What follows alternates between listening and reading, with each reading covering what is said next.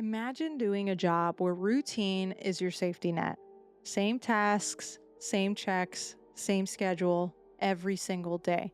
Now imagine doing that job somewhere so isolated that once help leaves, it might not come back for weeks.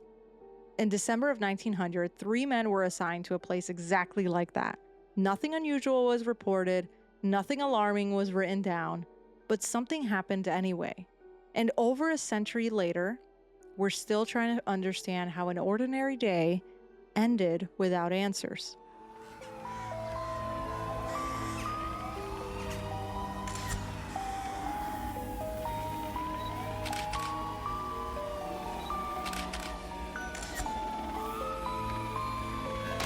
Welcome back to Macabre Mondays, where mystery meets the macabre with your favorite deadly married duo. I'm Ale. And I'm Tom. Your guides through the strange, the sinister, and the spooky. Spooky. Spooky. Where I tell the stories and he gets dragged along for the ride. The ride.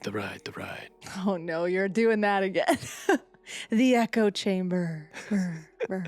It's just funny because then I hear you editing it. And if you're just on my track, all you hear is just silence, Yeah. silence. Ride. Yeah, it is really funny. Well, for today's episode, we're actually going outside of the U.S. Okay. I'll give you two shots. Where do you think we're going? North or southern Oh God, hemisphere? don't ask me about that. Just feel it in your bones. Okay, look at me. Let's see if we can read each other's minds. Okay, ready? Okay. Hold on, where are we going? Wow. Now imagine. Okay, I'm ready. okay, I'm gonna say it. I'm saying it. Send it to me. Okay, I Where keep we- getting Italy and Paris. try again.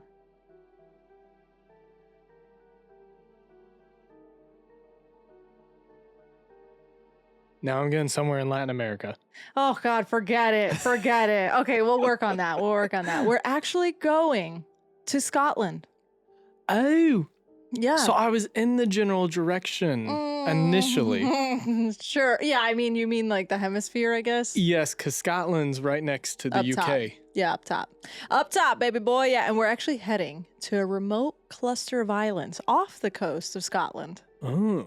called the Flannan Isles. I don't know why I almost said the Galapagos, and those are nowhere near Scotland. Isn't that in Chile? I don't know. Oh, hold on. Now I gotta hold on 1 sec. Where are the Galapagos? Damn, we're both off. That's off the coast of Ecuador. Why did I say Chile? Because you're a special little I lady. need to look at a map. Study a map. Yeah. Oh. Ja. All right. So, Scotland, Yes. you say.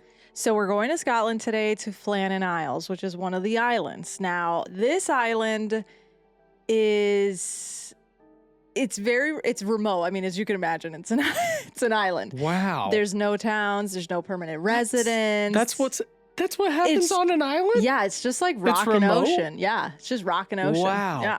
But on this specific island that we'll be talking about, there is a lighthouse. Dun dun dun. Oh, man. Mm-hmm. Is it the Glass Onion Lighthouse? No, but you know what? I really have to rewatch that because I fell asleep every time we watched them. Oh, it's so good. I know. And you would think. Daniel Craig is phenomenal. And Yeah. there's the new one. I know. No, I need to rewatch all of them because every time we would watch one, I would fall asleep. I would fall asleep. Well, I guess I know what we're doing tonight. Nothing to do with the movie. I think I was just very tired. I just so happened to have been exhausted when we were watching it. But But if I fall asleep, it's a crime. oh my God, you fall asleep. We could be watching. We could be watching the most incredible thing ever, and you're like.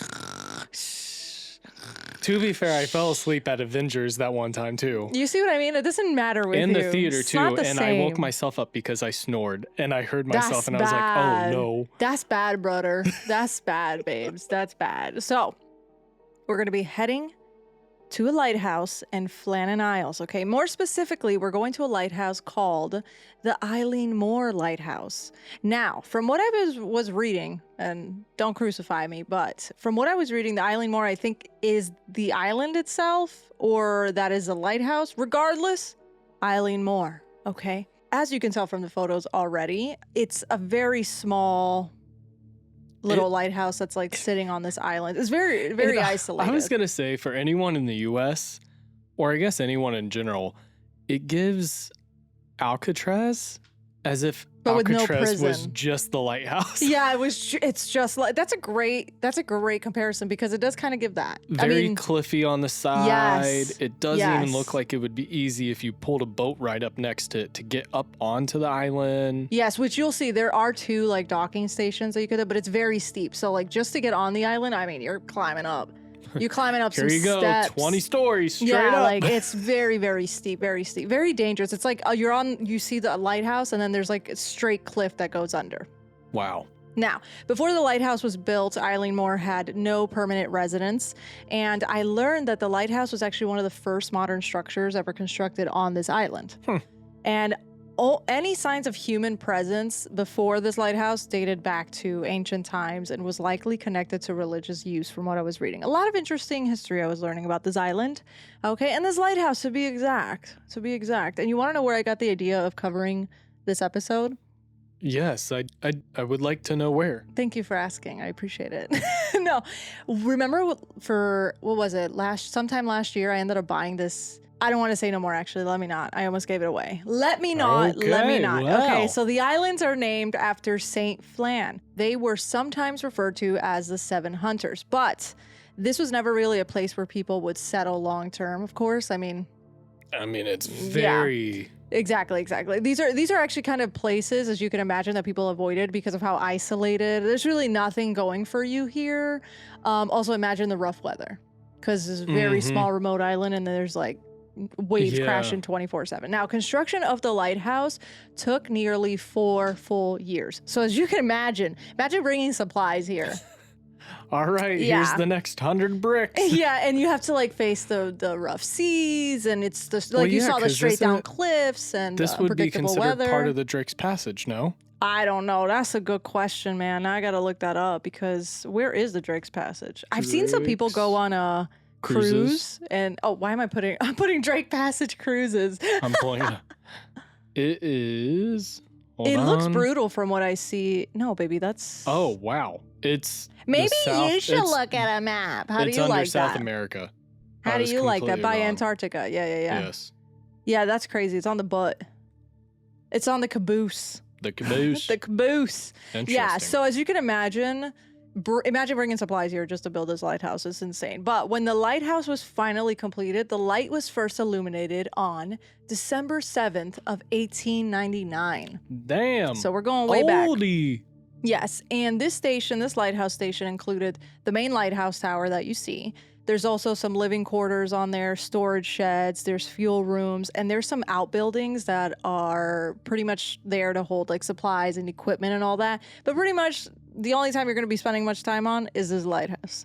Now, at the time, from what I was reading, a lighthouse, because, okay, I know, I keep talking about lighthouses. Lighthouses. I was like, what? I get what the point of a lighthouse is, right? It was supposed to, but I'm like, really, what I didn't understand, I guess, what the whole point of a lighthouse was. But it was pretty much just to help. It was like a safety measure to help, other ships that are passing by. No more Titanic issues. Essentially. Now, the waters around the Flannan Isles were very dangerous, and ships were regularly passing by nearby. So the lighthouse was just meant to make the water safer for those that are traveling by, which makes sense. Okay. Now, in the 1800s and early 1900s, shipping was increasing. So a lot of things were going by boat. The navigation tools that they had at the time, as you can imagine, were very, very limited. And a lighthouse could really be the difference between survival and a huge disaster. So at this time, I don't know how it is now. I didn't bother to look see how many lighthouses are active. I'm sure there's still a lot of active. I'm sure there's some. Especially, for example, in Jersey, I know there's a few on the coast that are active. But nobody's. I don't think they're as working necessary now, except because for the most part, the technology that we have has everything mapped out. Yeah. So boats follow almost a highway system on the ocean. So everyone's, for the most part, and that's like why when we're on a cruise, you see other cruise ships going the other way and whatnot, because everyone's kind of following similar paths. Right. That's good. Hold on, let me look this up, because now I am. Yeah, that's what it says. Like, most lighthouses are all automated. Oh, with the exception of one. Oh, really? Who the hell working at this lighthouse? It's that guy that we've been seeing on TikTok. I don't know if you guys have I've seen that, yes. He gives advice, but it's so windy you can't hear a single word he says. All you hear is the...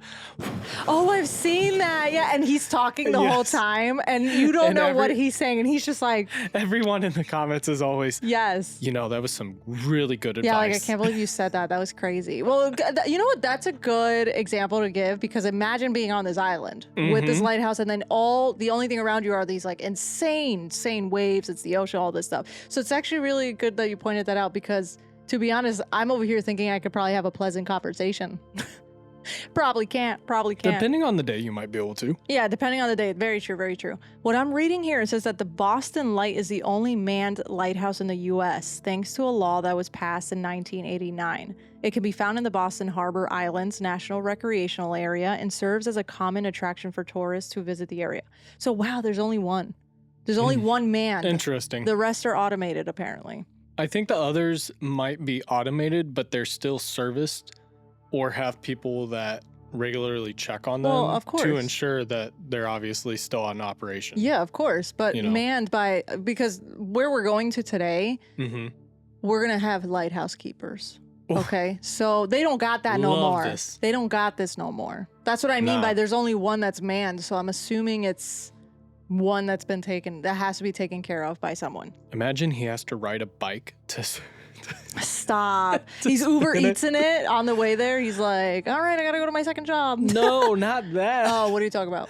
I was meaning he has to pedal a bike. Oh, like a that hamster? Spins the lighthouse thing. Yo, I'd love to see his legs. If that's the case, his legs must be insane. But one of the fun facts that I found out when I was researching this, because I was like, I started going down a spiral of like, what is a lighthouse? And blah, blah, blah, and all this. Plus, I also gravitate towards lighthouse paintings. I think it's a common thing, but it's just very calming as well. You are a water person.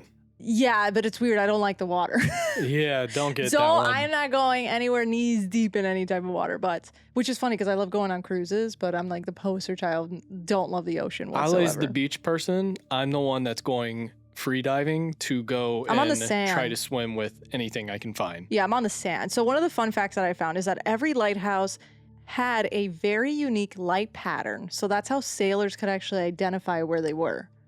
That is actually really cool and also sounds so complicated. I know. When I read that, I was like, I'm not even going to go any further because I'm going to end up learning about light patterns and be like, well, oh my God, guys, and talk about light patterns for 10 minutes. No. But I thought that was super interesting, and I figured that you'd really like that fun fact. But that is very cool. Now, a year later, in December of 1900, the lighthouse on Eileen Moor on Flannan Isles was operating the way it was designed to. This means that there would have to be 3 men that would need to be assigned to the station, okay? Now, at the turn of this century, lighthouse keepers, were usually stationed for weeks at a time. There was a lot of these remote stations like the Flannan Isles that were used in rotations, so they would also have relief light keepers that would swap in periodically. And the exact timing of that just really depended heavily on the weather. Now, some men worked at the same lighthouses for years. Others would rotate frequently from what I was reading. So if you're working this, you're going to be very much used to long stretches of isolation. Like, this is just normal. This is your job. Now, we've got 3 lighthouse keepers. We've got the first is the principal keeper was James Ducat.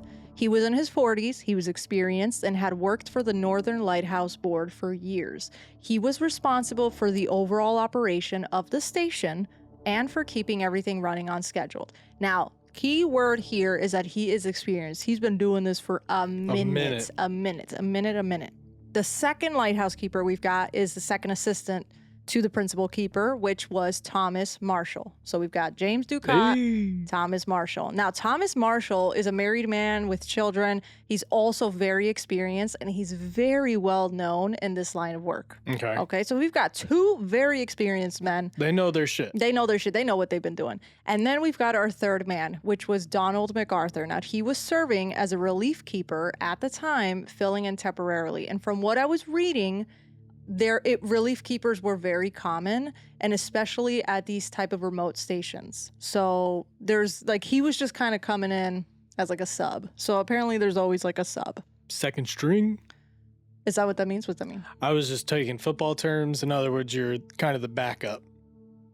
Yeah, the backup to the backup, right? You're the backup to the main guys. To the main guys. Yeah, exactly. Now, together, these three men followed a very, very strict routine, which is what I learned when they were manning lighthouses. You have to follow a very, very strict routine because following the routine would mean safety. It was all about precaution. Now, lighthouses would mean repetitions, and it would reduce mistakes like not lighting the lighthouse in time, right? That's your main job. You got to make sure that the lighthouse is lit because before nightfall to help any type of ships that are coming nearby. So that's pretty much their job. Now, in order to maintain this lighthouse, you've got to maintain the fuel. You've got to watch out for the weather. So their days were really structured around, here's this list. Because I'm like, okay, again, mind you, when I read this was 1900, I was like, well, they ain't got no light switches. What are we doing here, right? What are we doing? And I'm also like wondering what kind of games they were playing. If they even had games at all, like 100 years ago. Are they playing Uno or backgammon? I don't know. Yes, I don't know. But so their days were structured around cleaning the lamps and lenses, trimming wicks, refilling oil reservoirs, checking mechanical rotation systems, recording weather conditions, cleaning the equipment, and inspecting the landings where the supplies were brought ashore. Now, there are 2 landings on this island, okay? There's the west and the east, and we'll talk a little bit more about that. But all in all, to say that if you're not in a routine, if this isn't like all kept up to date every day, then there could be a possibility of a shipwreck, of course, because if you don't light this lighthouse on time, yeah, exactly. So, and that's the last thing that they want. Now, the work is obviously very repetitive. It's going to be very physical and heavily dependent on the weather. There are rules, from what I was seeing, that are meant to be kept as lighthouse keepers to keep everybody safe. The rules are at least one man was always supposed to remain inside the lighthouse. Okay, makes sense. The light was never meant to be left unattended. And if work needed to be done outside, the other men were expected to stay within sight or sound of one another. Okay, so those are the rules. And knowing these men's background from what I already told you, they're obviously a lot more capable and familiar with the demands of the job. Oh, yeah. This isn't like, what are we doing? It's not their first time or something like that. We are experienced. We've been doing this for years and years and years. Another thing that's very important to mention is that there are no reports of conflict between these 3 men. There's no disciplinary notes. There's no concerns raised during inspections. I already don't like this because the fact you're calling this out means some shit's about to go down. Why can't it just be like a fun story on a lighthouse? Oh, a fun story. But by the way, before we get into it even further, I just want to make sure you all understand. The details. They did not have any vendettas against each other. No, because it's important to know that, right? These 3 men are going to be spending a lot of time together. A lot of time together in isolation. Yeah, and as long as the story doesn't go that they end up getting in an argument, fighting, trying to kill each other, somebody disappears, number of different things. Who knows? Then, yeah, I would believe that they didn't have anything going against each other without even knowing. Who's to say that this isn't the story about how the Uno game was invented? You don't know this. You know what? You'd blow my mind if this is actually, if that's actually where this twist is and that's how they discovered tic-tac-toe. Because there's 3 men. One of them was moving the pieces. The other one was calling them out. Chess. Yeah. Chess and everything. Yes.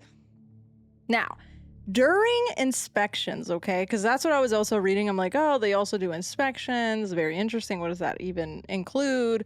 Now, the Northern Lighthouse Board would do inspections, and so they would be pretty regular, and they would be surprise visits, and there was also like performance reviews. So it's literally like a surprise regular visits. Job. Oh, I don't even know. I would hate to be that inspector. And the whole. So where are you going today? You have to go to this freaking deserted ass island. I gotta go to Flannan Isles. Damn, that sucks. You're gonna have to stay the night there, aren't you? Yep. There's not shit there. I also feel, you know what's funny? Because to me, I'm like a surprise visit and you're on an island. It's like, how much of a surprise is it really? Because I need to let you on. Yeah, I need to let you on. One person's always on guard. Right. Well, on watch more or less in the lighthouse. The minute I'd see a boat, I'd be hollering to the rest of the guys, clean the fucking kitchen up. Get everything looking nice. The inspector's here. Literally, though, literally is exactly how I envision it. Also, I just feel, and then, by the time you notice it, you've got like probably 30 minutes before they probably get there. For all I know, I don't really know. I'm just making up shit in my head. But when Superintendent Robert Muirhead visited the island on December 7th of 1900, he found the station in very good order. He spoke with the men and he left that same day. Now, when he came, he saw that the men were doing their jobs, that the station was functioning properly, that there were no concerns at the time. So he was like, all right, nothing really to suggest there to be a worry or any type of urgency or nothing going on. So after that visit, the routine just continued. That's pretty much how that goes. Somebody comes from the Northern Lighthouse Board, and then they just go about their day. They're like, all right, Thank you for listening to Macabre. No, imagine. Yep, that's it. That's today's episode, friends. Lighthouse keepers continued doing what they always did. Typical routine, clean and load and watch and sleep and hang and whatever. The official lighthouse book, logbook, because there is a logbook at these lighthouses and you're supposed to write everything down. Yeah. How the weather is, what's going on, how much we use for this and that. You got to keep a whole logbook, okay? Now, the logbook contains entries up to December 13th, and those entries are your typical routine. Now, in the official lighthouse logbooks, they noted wind direction, general conditions, and standard duties that were completed, a checklist and all that. Now, there's literally nothing else on this lighthouse list, this logbook. Nothing, no type of little comments, no like, I miss my wife, or I wonder what everyone's up to today. Yeah. Nothing. Like, it's strictly business. It's strictly business on this, okay? Okay. Which what I was reading is not unusual. That's just very common. It's a logbook. If you want a journal, bring a journal. Now, what I was reading was usually when weather was rough or the time was limited, lighthouse keepers would often write their readings on a slate rock. So kind of like a chalkboard. Mm-hmm. And so they would just end up bringing that chalkboard back in, and then they would record on the logbook or whatnot. Because I'm assuming they're going to be out, they're checking the wind direction. Yeah. I don't know all that goes into it, but not everything's going to be done at the lighthouse. They're going to be outside doing stuff on the island. Okay. So it's easier for them to write it down on a slate, on a chalkboard, and then bring it in and then record it later. Mm-hmm. Now, on December 15th, they wrote the weather measurements on the slate rather than in the main logbook, and they would use barometers, and I know I'm saying that Barometers. wrong. Barometers. Close enough. Barometers, baby, which helped maintain air pressure from what I was reading. Because when I read it, immediately I was like, what is a barometer? Okay. It's a very common thing for the nautical side. Yes, which I was reading that if for the TLDR, is if pressure was falling, it usually means bad weather was coming. Mm-hmm. But if the pressure would rise, it means that the weather would improve. So the conditions would be improving. So cool. So in 1900s, the barometer. Yes. You got to think about it. I'm reading this to myself in your own language. Yeah, my own language. So it's hard for me to step out of that. The language of Ale. Thank you very much. We're not going to the library today, so don't or the apple orchard or whatever it was, the apple farm or whatnot. It's so funny. But so in the 1900s, the barometers were one of the best early warning tools that they would use. So this was something that they would watch very closely. So on December 15th, the barometer and the thermometer readings were recorded on the slate, which suggests that the men are still monitoring conditions and following the procedure, right? Same thing. Now, at some point in the day on December 15th, the lighthouse was prepared for nightfall. So that means that the lamp is clean, the oil containers are filled, and the machinery is ready to rumbies, okay? Ready to go. They're ready to light that bitch up, okay? And as you can imagine, the light is expected to be lit before nightfall, as usual. But it was not. Gasp. Oh, what is it that he says in the show Ghosts? Huzzah! He loves a good gas. Yes. He's like, guys, come on. That was so gasp worthy. Yeah. Huzzah. Okay. Now, what the record tells us, the last formal logbook entry was dated December 13th, right? That I said. Written in the logbook. Information for December 15th and the weather readings for the morning of December 15th were all written on the slate, not transferred yet to the logbook. So that's interesting. Very interesting. Now, like I said, you got the barometer, the thermometer, the wind conditions, or whatnot. Now, what I was reading is that in the slate, the last known time was 9 a.m. that they wrote this down. Okay. Now, this is going to tell us something very important, because on the night of December 15th, the passing steamer Arctur sailed near the Flannan Isles, and the captain later reported that he expected to see the lighthouse beaming, but it wasn't. And at the time, this didn't really immediately trigger an alarm because it was also wintertime, and from what I was reading, could be poor visibility. So they're like, maybe we didn't see it. Maybe we just didn't notice it. And on the mainland, lighthouse observers also noted that the Flannan light was not visible on several nights in mid-December. But again, this alone at the time was not enough to raise serious concern, because there was a lot of severe weather at this point that began to move in. There was a lot of high winds, and the rough seas were reported in the region, which also made relief and supply ships be delayed under these type of weather conditions. So between December 15th and December 25th, there was no ship that was able to reach the island. There's no vessel. Nobody could go. They're just out there. They're just out there because the weather was so rough, right? Now, remember, they know what they're doing. They've been experienced. They know that there's going to be isolation for weeks. Yeah. Now, for more than a week, the lighthouse remained dark. Nobody lit it. Nothing. Interesting. By December 26th, the day after Christmas on 1900, so December 26, 1900, the weather finally allowed a relief ship to reach the Flannan Isles. And they're like, let's go check out what's going on. Plus, from what I was reading, they have to bring supplies and blah, blah, and all that. So that's kind of like a common thing that they would also do. Now, the ship approached the Eileen Moor, the Flannan Isles, in the daytime. And this is important because relief ships' arrivals also followed a very similar familiar pattern. When a ship would come in, at least one keeper would normally be waiting near the landing. Flags would be raised, signals would be acknowledged, yep, come in, we're all set, because the lighthouse keepers are also taking care of the landings, right? They got to throw out like a rope or something, and be like this. They're like, beep, beep, beep. But this time, when this relief ship is showing up, nothing's happening. Nope. None of that happened. No one stood on the rocks. There was no signal raised. There was no flag. Nothing moved on the island. The ship's captain even sounded the horn, but there was no response. He then ordered a distress rocket to be fired toward the island, which, as you can imagine, that's going to be loud. Oh, yeah. That's going to be loud. And it's going to be maybe if he shows up, he's like, maybe they're sleeping. Let's wake their asses up, right? It's going to be very unmistakable. Yeah. You're going to hear this. It's meant to alert anybody on shore. Still, nothing. So at that point, they're like, what the hell? That's weird. Clearly, something is going on.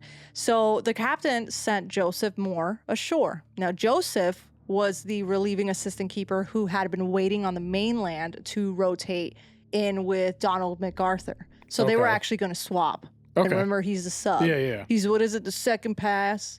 Second string. Now, he was very familiar with the lighthouse stations and knew what he should expect to find.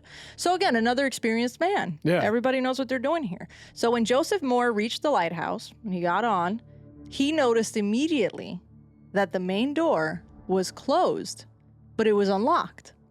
Okay. I mean, inside, sounds normal to me so far. Okay, so far. Inside, the station was silent. The kitchen showed no signs of it being disrupted. Utensils were clean. Supplies were untouched. The beds weren't made, which suggested that it's not like anybody was sleeping or they were up and working pretty much, right? But nothing appeared like they were in a hurry. There was nothing that looked out of the ordinary. Like Joseph Moore honestly was just like, what the hell is going on in here? Yeah. So he goes to check the light itself, and he noticed that the lamp had also been cleaned. Okay. The oil containers were full. The machinery was ready to operate. Everything had been prepared to turn on that night, the last night that they had seen it lit. Yeah, well, the day after. So at this point, Joseph is like, you know what? I searched the lighthouse. Let me start searching the surrounding structures. Now, remembers the lighthouse. There's literally no evidence of anyone. Yeah, nothing. But he also noticed no one's there. Which is also very weird. So as it got darker out, because remember when they show up during the daytime, by this time, the captain ends up making a decision. And he's like, it's too dangerous to leave the lighthouse unattended overnight. So Joseph and a small group of men from the ship remained on the island. Okay. That night, the lighthouse was lit again. Now, it was the first time the lighthouse had been on in days since December 14th. Mind you, it's December 26th. It's been a minute. But the 3 men assigned to keep it are nowhere to be found. Yeah. Now, Joseph Moore and some men from the ship, they end up staying. Now, their task was to search every accessible part of that island while keeping the light operating, right? Kind of figuring out what happened, where are they? Maybe they're stuck somewhere. We don't know what's going on. So they began near the lighthouse itself. Nothing else while they're on the island was suggesting any type of panic. Like, everything seemed orderly. Like, he went in, the door was closed, but it was unlocked. Utensils were clean, the beds were unmade. You know, the lighthouse was ready to be lit. Like, everything was fine and normal. The doors were intact, nothing was broken down. Even the equipment was stored properly. There were no signs that they even left the island, nothing. The attention then turned to the landings. Now, remember I said there's two main landings here in the areas that they bring supplies on shore. One was on the east side of the island and the other was on the west. Now, the east landing looked normal. Ropes were in place. Equipment was stored where it should have been. There was no visible damage whatsoever. But when they checked the west landing, that landing told a whole different story. At the west landing, the men found clear signs of destruction. A large wooden supply box that used to store ropes was missing entirely. Okay.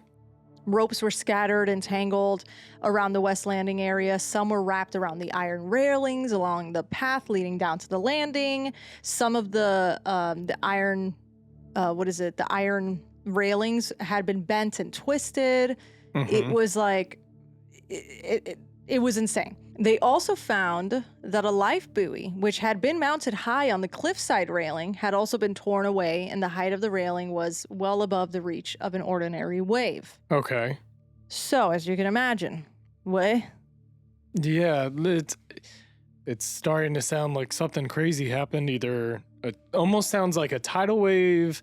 Okay. Or a boat crashed. Or foul play. Well, nearby, there was also a very heavy stone weighing roughly about 1 ton from what I was reading, and it actually had been moved from its original position. Okay. Yes, this damage is obviously very significant because the west landing sat very below a narrow rock channel where waves could be forced upwards there instead of it spreading out. But if a wave had hit it, the force required to cause this level of destruction would be very unusual. Yeah. We're talking some serious damage here. Okay, so as the search continued, Joseph noticed another detail. He noticed that 2 sets of waterproof oilskin coats and sea boots were also missing. A third coat had been left behind inside the lighthouse. So there's not 3 coats inside the lighthouse, there's only one. 2 of them are missing. Now, this suggested that 2 men had maybe gone outside dressed for the rough weather, while the third one was inside the house, right? Or maybe, since we can't find this third one, maybe that third lighthouse keeper left quickly without taking time to put on his gear. Now, there are no footprints that they can find. There's no blood. There's no tools abandoned like mid-task. Right? There's no evidence of where the 3 men were or what even could have happened. But below the cliffs, the sea was very deep and violent. Of course, they're on this island. And as you could tell, like they said, the weather was really bad. But the weather was really bad after. Remember, the reason why they couldn't come was because the weather was so bad, and it was after the 15th. So if the men had been swept into the water, as you can imagine, recovery most likely is going to be unlikely. Probably deemed impossible, Deemed impossible, yes. So by December 28th of 1900, just 2 days later, Joseph documented all these findings and sent word to the mainland. And 2 days later, a formal investigation began. The next day, on December 29th, Superintendent Robert Muirhead, he arrived on Eileen Moore on Flannan Isles to formally investigate the disappearance himself. He had investigated the lighthouse and the island alongside the notes that Joseph Moore recorded, and he found the same findings. He's like, everything that Joseph said is exactly what I found. Everything still remains orderly. The lamp had been prepared correctly. Fuel levels were normal. There was no signs of distress or struggle. So Robert focused his attention on the west landing where the damage was most severe. So after examining the bent railings and the stone that's like 1 ton moved. Yeah. I mean, it's now if I'm him and I'm looking at this, now my mind's going to, did one of them go to retrieve something, fall in, and then that then led to the second guy that was out because they have to stay in that distance of hearing each other? Was that second guy, he already had his jacket on, hence why there were 2 jackets off. Was he there, then saw that occur, run to try to aid him, then the guy in the lighthouse sees, and then ran? Okay, but what would he have been retrieving? I don't know. Why would he do that? These are experienced lighthouse keepers. This is like rule number 1, you don't. Well, maybe they were upkeeping the landing or something. Like, that's where my mind's going. Okay. That's a good point. Because you said that they kept the landing, and if they know sure that there's weather coming in, maybe they're trying to secure down their stuff to where they made sure, hey, we're going to have waves come in. We don't want to lose our stuff, our ropes and whatnot that are on this dock. We should make sure it's secured. Could be. Very much so. Could be, for sure. I mean, that's just my theory. I know, we also got to think about it. Why would they wouldn't... I would assume where they're keeping the stuff isn't literally down by where the ships are coming. Until a ship were to come, they'd probably bring it, because there was a box with the supplies in it. Yeah. So where I'm is just that? thinking of Why how is that missing? a lot of docks that I know are set up, and for the most part, ropes are kept right there. Yeah, but you got to think about it. We're on an island. This is on a cliff. True. So it would be silly to put it down below where maybe a wave could get it, to be quite honest with you. You know what I mean? Like, until you see somebody come in, then you'd actually come down and prepare the landing. Let's just go. Let's see what happens. Okay. So he concludes that the destruction was most likely caused by extreme sea conditions. Okay. That's what he concludes. He also noted the missing 2 oilskin coats and the boots were gone. 1 coat was left behind. And because of this supported the idea that the 2 men went outside, prepared for bad weather, while a third one followed quickly, like you said. And after reviewing the logs, the weather records, and the physical evidence, Robert ends up agreeing with Joseph Moore's assessment that the men had most likely been lost while attempting to secure equipment during severe conditions and were just taken by a wave or by the sea. Now, there is no evidence of foul play, and there's no indication of... There's no mechanical failure at the lighthouse, nothing else, right? So the case was officially closed as an accidental loss, but the record, as you can imagine, left questions. Lots of questions that could not be answered. So once the investigation closed, the official record became very clear about one thing. There was no final explanation for how all 3 men ended up outside at the same time. Because why? I know. My theory is, these are experienced men. I know. My theory, I think, is the only thing that would make sense. For decades. Yeah, but let's say unless they see a body or something and they're like, oh my God, there's somebody in the water. Go save them. We must help. Now, the logs, obviously, like I said, they don't describe any type of panic or fear or confusion. They didn't record a violent storm on that final day, which is another thing that you need to take into account. If it was a violent storm, if it was really bad weather and a bad wave, they had recorded that morning. It would have been recorded. It would have been recorded. It would have been record, but it would have been recorded on the slate. That's true.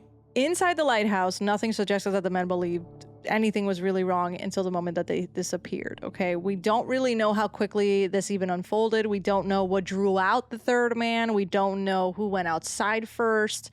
We don't really know much. There was never any bodies that were recovered. There was no clothing that ever washed ashore, and there was no personal items that were ever resurfaced, right? The record doesn't explain where the men went after they entered the sea, what happened with that. Nothing. Literally nothing. Which means that there's a lot of theories that start circulating. Hit me with them theories. Okay, now here's the thing, right? Because all I have to say, when I was reading this story, it's very, very fascinating, because if, let's say you're on this lighthouse, one guy goes out, guy 1 goes out, let's say he does get swept away or he needs help or whatnot, right? Then you've got guy number 2. Let me help him. Sure. Why would guy number 3 go out and try to help if he knew he would also be posing himself at risk? You see what I'm saying? That's what a true man does back at this time. No, facts, for sure, 100%. I totally get what you're saying. And that's why they use so many ropes, because my thought process, right? Hey, to prevent me from getting swept away, let me quickly tie this rope. They know all these types of knots. Yeah. Let me tie it around this or this. That way I can get in the water, and at least I have something securing me to the dock. Yeah. I can pull my way back in. Right. But... Case closed. At that point, why wouldn't you send a distress signal first? That's a great point. However, these are experienced keepers. I know, it's the 1900s, so I don't know what kind of distress signals they'd be able to send. That's a good question, actually. That's where my theory is going. At this time, more than likely, the only type of communication they had with mainland would have potentially been Morse code. Well, from what I was reading, now, because that's a good point too, I'm not entirely sure what kind of distress signals they did have, but from what I was reading, they did have something that they could have sent as like a warning or like an emergency signal that would be sent or something, right? I don't know. Yeah, you see what I'm saying? Like, interesting. It's interesting. It's interesting. Because I know the technology we have now, it would be obvious. I mean, you can't even... But I'm also thinking 1900, I mean, they strictly only had foghorns, bells, and cannons. The earliest, and only some stations may have had a wireless telegraph, which is your early radio. Which is Morse code. Okay, that makes sense. Now... From what they did have, they had signal flags. They had, like you said, the rockets and the flares, okay? So that would mean that would be only useful if somebody was nearby. Nearby, yeah. That's the thing. Even if they had the Morse code, I don't know how much you know about Morse code, but it's literally beep, beep, beep, beep, beep, beep, beep, beep, beep, yeah, beep, but beep, then beep. So you're telling me... No, but you know what? Go. What are you going to say? Go. You're telling me I'm the third guy. I'm watching one guy already in the water, another guy struggling to save him, and I'm going to take the time out of my day to try to go beep, beep, beep, beep, beep, beep, beep, beep, beep, beep, beep. You scared me. Oh my God, you scared me so bad. You didn't hear me clicking? I did, but like I didn't understand it. I'm doing all that, right? Yeah. As fast as I can. Yeah, but you... Hold on. But you should set... Okay. Go. The way Morse code works is every time I'm clicking, that is instantly going across. Yeah, okay. So you're telling me I'm going to be clicking because each one was a letter. No, I know. Yeah, I totally know what Morse code is. So I'm sending SOS at the least. And then, no, I'm probably not even going to bother touching it. I'm going to probably try to run out because I'm thinking in my mind... Every second I spend trying to send something is another second that they could be struggling even more, and that by me taking an extra second, I could take an extra second away from preventing I get to save what them. you're saying, but I feel like that's just my thought. No, I know, but these are experienced lighthouse keepers. They're not. First off, so when would he? Let's say the first guy does go. When is he going to do that? Oh, let me spend my time now contacting SOS.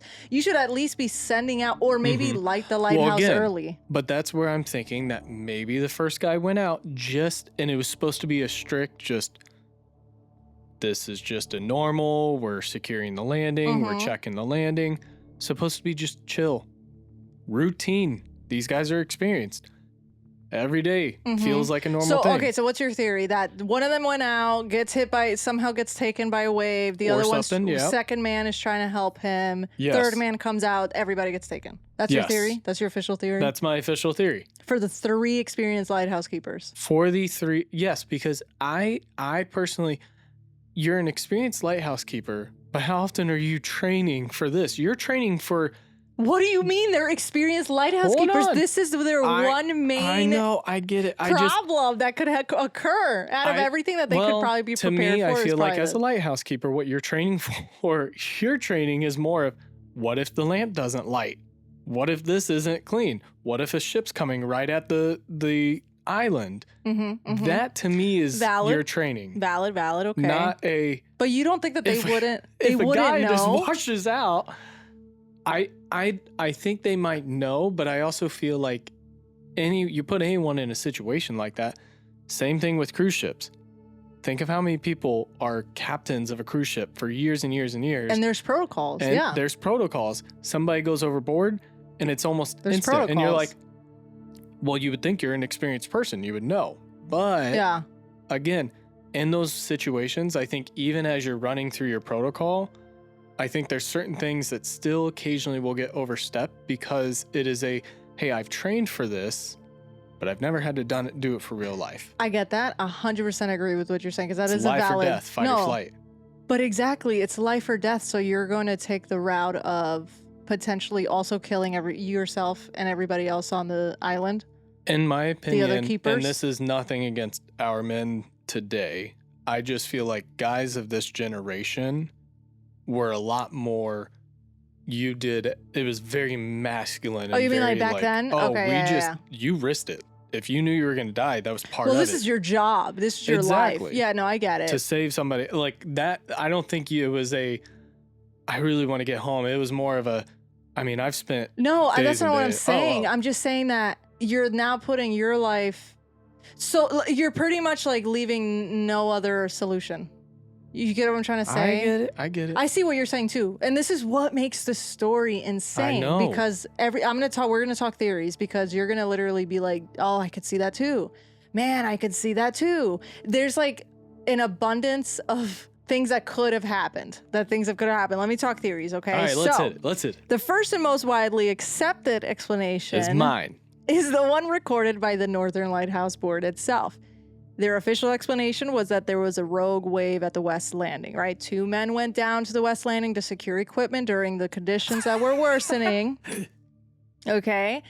And the third remained inside at first, as protocol required. But then when something went wrong, he followed quickly. Why are you laughing? Because that's exactly what my theory was. That's exactly what you said. Yes, he followed quickly, leaving his oilskin coat behind. A sudden and unusual powerful surge of water swept across the landing and pulled all 3 men into sea. Makes sense. This explanation obviously very much aligns. Also, what the hell is an oil coat? The physical damage of the West Landing. I would assume it's like a slick ass raincoat. That shit, like it's probably got Rain-X on it. Is it a slick ass coat? Kinda. Can you see it? It almost looks like looks like a cowboy slicker raincoat. Dude, that looks like the coats that the detectives on L.A. Noire wore. L.A. Noire? Yeah. What did I say? L.A. I said L.A. I can't remember how you said it now. Oh, I did. I was like L.A. Noire. I think that. No, this is the coat that if anyone's watched Indiana Jones, I think it's the Temple of Doom or Lost. I've never seen it, but I know exactly what you're talking about. That's the coat Indiana Jones wears. I know exactly what you're talking about. I know exactly what you're talking about. Okay, so that is their official accepted exchange. Oh, no, not the oil coat. Oh, sorry. That is their theory. There was a rogue wave at the West Landing, okay? Now, obviously, this version of the theory, or like what it is that they explain, which honestly to me, I'm like, I read it, I was like, yeah, for sure. Had to have been a rogue wave. Facts. No, it had to be, because I feel like it's a ton boulder. Unless you had all 3 guys go. How do you explain that? Unless all 3 guys said, let's have a suicide pact and we'll make it look crazy because we'll push this 1-ton boulder down. Well, I just feel like the ton boulder is so random. But I don't know. I'm also, another thing you got to think about, right? When you're when you're in this type of scenario, adrenaline, anything could happen. Anything could happen. Anything could happen, okay? But in this version, right, 1 man is taken first from a wave, somebody else comes to help. So that kind of explains why all 3 would be eventually outside. Yeah, and that also to me explains more of too why everything was prepped, everything was perfect. Right, so it's kind of like oh shit, this came in last minute. Exactly. Okay. It wasn't. But the thing is, there is also no direct evidence 100% confirming this theory. So that's also the problem that we draw to. Yeah, I get that. So that's the other problem that you get into. So that's why you get into theories. But the thing is though. What's the other theories? I just can't get over the protocol. I would think that I would send an SOS first before I would end up going out. Or I would go check out the dilemma and be like, holy shit. Hear me out. SOS. What if he also did send an SOS? What if he had sent an SOS using the telegram and it did not actually connect or anything. Because you got to think, this is the earliest years of this type of wireless technology. Who knows? That's true. That could be another possibility. 100%. 100%. So 100%. Now, another theory is that the men were obviously, like I keep saying, very experienced, very familiar with harsh conditions, because you were like, well, they're not used to this. They are familiar with these harsh conditions. Yeah. If you're going to be a lighthouse keeper, you're going to be by the ocean. Yeah. You're going to be used to this. You're going to know these protocols. So I know you were like, no, they're used to this. This is a part of their job. So maybe they were overconfident. Maybe they were like, I could see that. Yeah, maybe they believed that the situation was actually manageable, and then when they got there, it wasn't, and that's actually where the rogue wave came, and it was actually bigger than they anticipated. Yeah. Valid point. That's another valid point. I like that. Because because you gotta think about that, Because you got to think about it. These aren't amateurs. That's why. That's where I draw to immediately, where I'm like, yeah, but like we're not talking about. It's my first day at my lighthouse keeper job. This is my first station. We're talking. We've been doing this my whole life. This is my job, right? Okay. They're trained. They're trained at this. Okay. They've worked dangerous conditions regularly. It's hard for a lot of people, not just me, a lot of people to wrap their brain around that. I think I am able to look at it a little differently in that aspect of thinking it could just be an oh shit moment. Yeah. Yeah. Because hear me out. Yeah. Facts. Okay. There's so many tragic incidents that we've seen in the world that occurred, unfortunately, by somebody that was extremely trained. Yes. Years of experience that you would never expect to run into this issue. That's a good point. It kind of reminds me of when we did the Mount Everest episode. Mm-hmm. And I forgot exactly who it was, but one of the leaders of the expedition ended up staying behind, even though he knew the risk of dying. Yes. But it was the one that went back up to try to... Yes. And the whole time, everybody's like, you're so experienced. Like, he was so experienced. Why? He knew the possibility. He knew every second. Yes. And it's like, so 100%. I totally agree with what you're saying, too. And I think that's where I'm saying it, because the prime example, SEAL Team 6, they had one helicopter go down. Think of the amount of training those guys put into using that technology, flying those helicopters, understanding how the airlift was going to affect, understanding this and that, what could go wrong. Right. And yet they still, in their biggest moment, had one helicopter go down. I know. That's what I mean. I'm like, I totally get it, because I see your point, and then I see it in the other way. I'm like, but damn, they're experienced lighthouse keepers. I know. It's hard for me to get away from that. A lot of people, though. It's not just me, I think but like a lot of people. I put myself in the shoes of trying to be that, thinking of if I was a masculine man in the 1900s. Right. Because this is I'm here to help. Yeah. Well, and you see their mustaches, too. This is a tough blue-collar man job. Yeah, no, this is like these are... There's no PTO days here. I can't remember the exact reason these guys got the term, but I know back in, I want to say it's the coal miners used to get the term, and I could be completely wrong, so please don't crucify me. It was called they were called leathernecks. And it was the hardest freaking working. I'm just going to look it up real quick. Oh, were they kind of like the category that society deemed to be like the roughest? So a leatherneck is a long-standing, respected nickname for a member of it's a member of the United States Marine Corps. Oh, wow. That's cool. And historically, the British Royal Marines. It refers to a stiff black leather stock or collar that was part of the Marine uniform between 1775 and 1875. Wow, look at that. That's interesting. So that's the story behind. Okay. But the whole thing behind it is you have the toughest. Right. It's just like you've got dudes. Yeah. And like they're not pussyfooting around. Exactly. Yeah, so they're if not you see somebody, I think that's where I try to put myself in the shoes of kind of what you were saying. I think I'm a tough ass man. I can't pussyfoot around. I gotta go rescue these guys. Right. No, that's 100%. And that's my thing too, that you saying that makes sense, because it also makes me think, which leads to another theory. It makes me think these are three men that are spending a lot of time together alone. So that means that they're also forming a bond. Exactly. They're also forming a friendship. They're forming a lot of things. They're probably confiding in each other. You got to keep stories. You got to keep each other company. Exactly. Who else are you going to, who's going to talk to? You know what I mean? So they're probably forming a bond, which leads to another theory. Okay, hit it. The Brokeback Mountain theory. Oh, no. Are you shitting me? Yes, that is a theory. No. Yes. Which I know Joe kind of entertained that theory. Heated rivalry on the freaking Lighthouse. Dude, I love that show. I can't. What the hell? Yes, at the Lighthouse. Brokeback Mountain at the Lighthouse. Now, for those of you who don't know what Brokeback Mountain is, I feel like that is kind of like an old... We've got Jake Gyllenhaal. We've got Heath Ledger. Oh, no. Two icons, okay? I raw dogging it on a movie, and I love it. I love it so much. I'm a sucker for a good love story, and what a hell of a love story, okay? If you guys haven't seen Brokeback Mountain, I just can't accept this theory. It feels so out of left field. Out of left field, I know, because you're like, well, it's probably a rogue wave. They're like, fuck it. You know what would be really kinky? I like you. Let's you go like have me. sex on the landing while like the storm's rolling in. Well, you don't know. Okay, first off, it could have been a rogue wave that hit the landing and that, that just happened. Or maybe, no.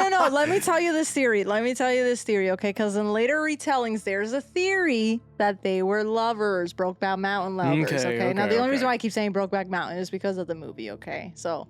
And I love that movie. I think it's such a great love story. But either 2 or 3 men were romantically involved, okay? And they staged their disappearance and escape together. Hence why the landing looked the way that it did, okay? Now, the damage was either staged or it just so happened to have happened, because I know we're talking about the 1-ton stone. So yeah, that is a big, major big, right? But there is no evidence of any of the men knowing each other prior to the assignment. And 2 out of 3 of the men were already married with families. So a little highly unlikely. But so was Brokeback Mountain.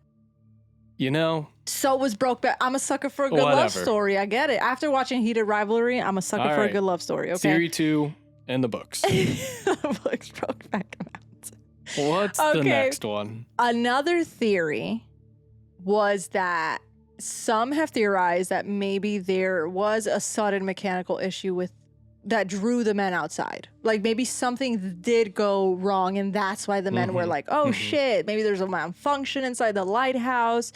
And it was kind of consistent with that, and they fixed it right before everything happened. So that could be one of them, okay? There are some other theories. One of the other theories, too, is that they all must have gotten into a fight. Now, one of the men, it was Donald MacArthur. He was known for having a very, very short temper. I mean, I can understand. Yes. He's the shortest. He is the shortest out of all 3.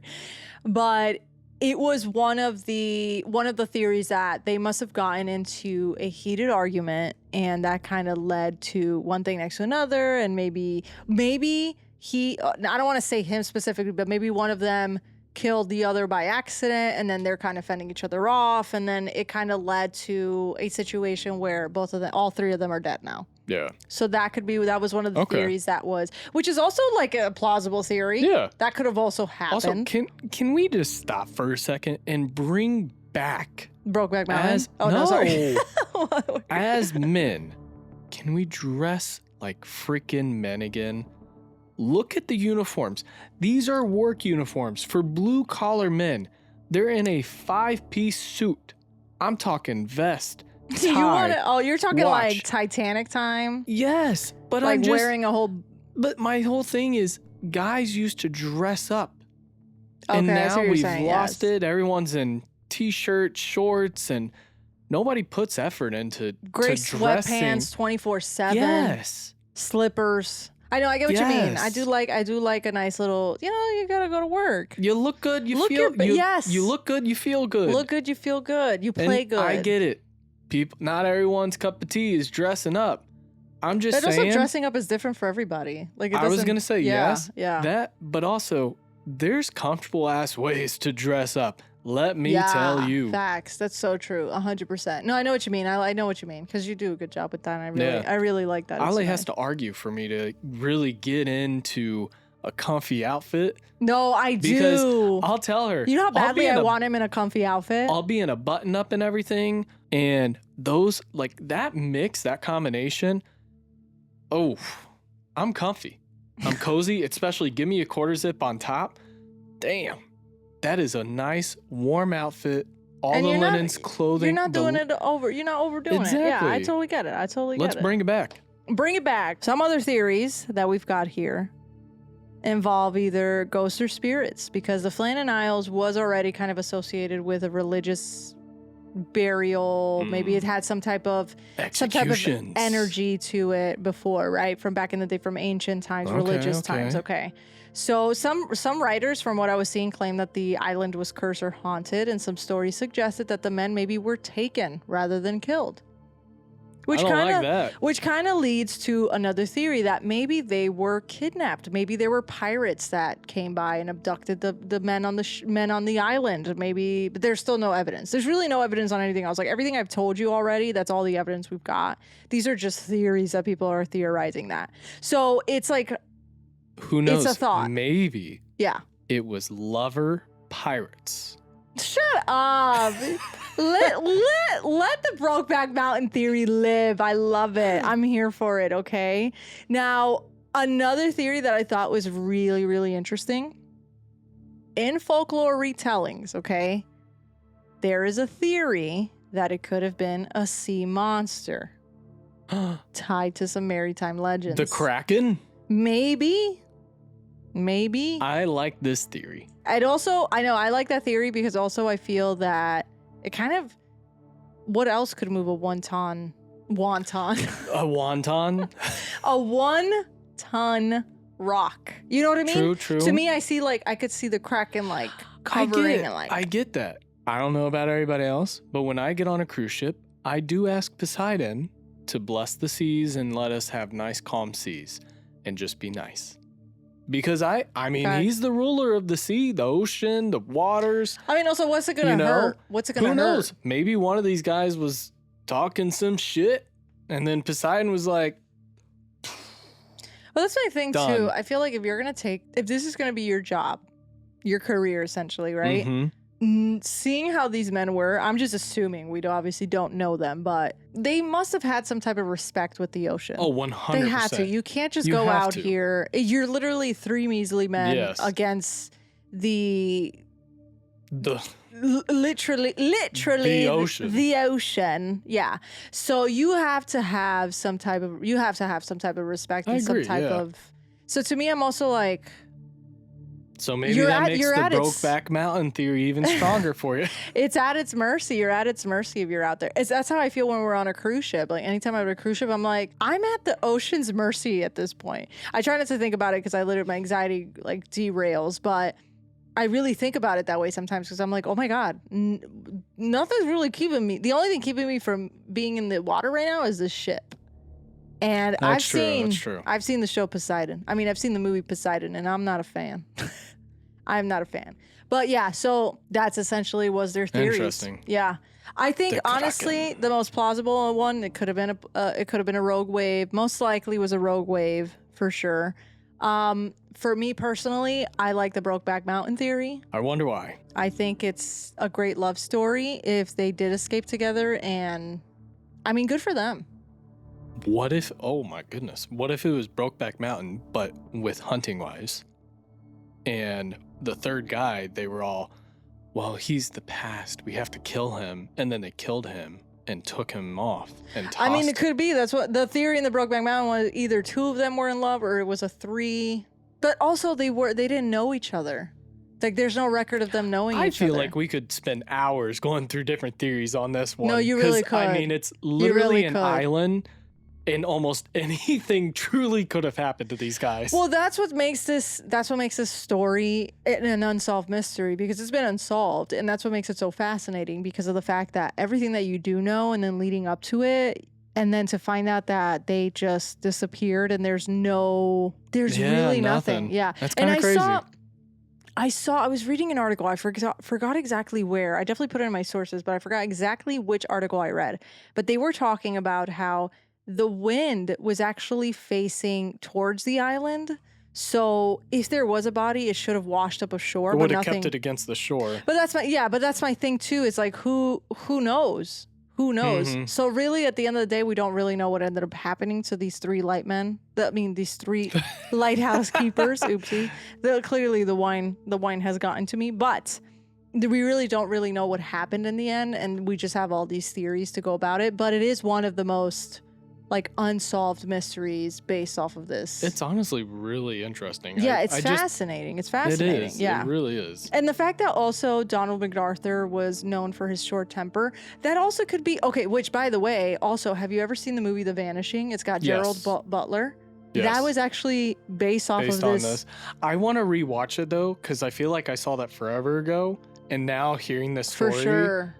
Because, I mean, I don't know about everyone else. I love Gerard Butler. He is such a good spectacular actor. Yeah, no, for sure. But I watched it recently because I was researching for this episode.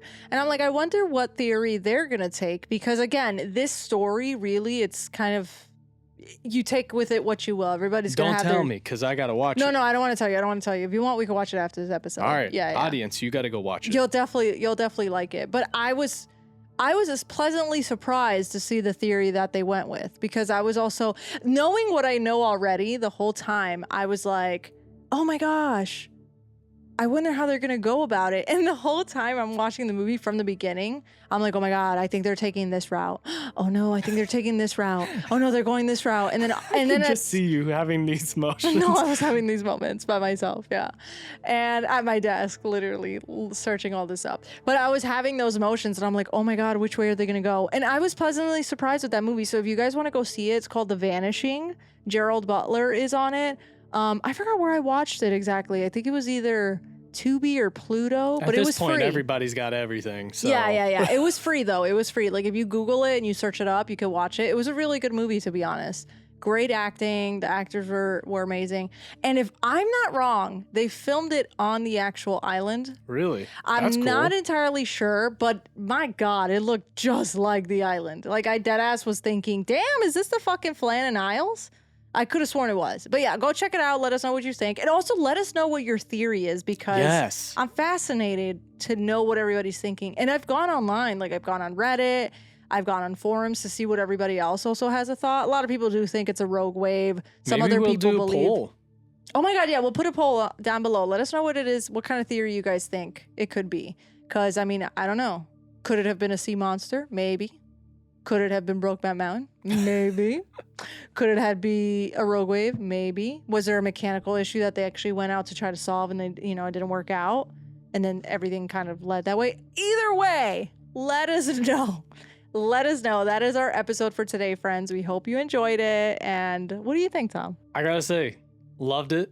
Yes. I thought it was a great episode. Very interesting. I loved hearing your perspective as well, as we were going in on the one theory that ended up actually being what they ended up ruling it. Yes. So I love to hear kind of your aspect, your thought process too, because I'm thinking of it from the very... You're thinking of it from your perspective. Obviously, and that's the whole point of the theories. And I love, because even in that one theory, there's able to be two sides of it. Two sides. So exactly, like when you were telling me how you were seeing it, I was like, yeah, but then I was seeing it a different way.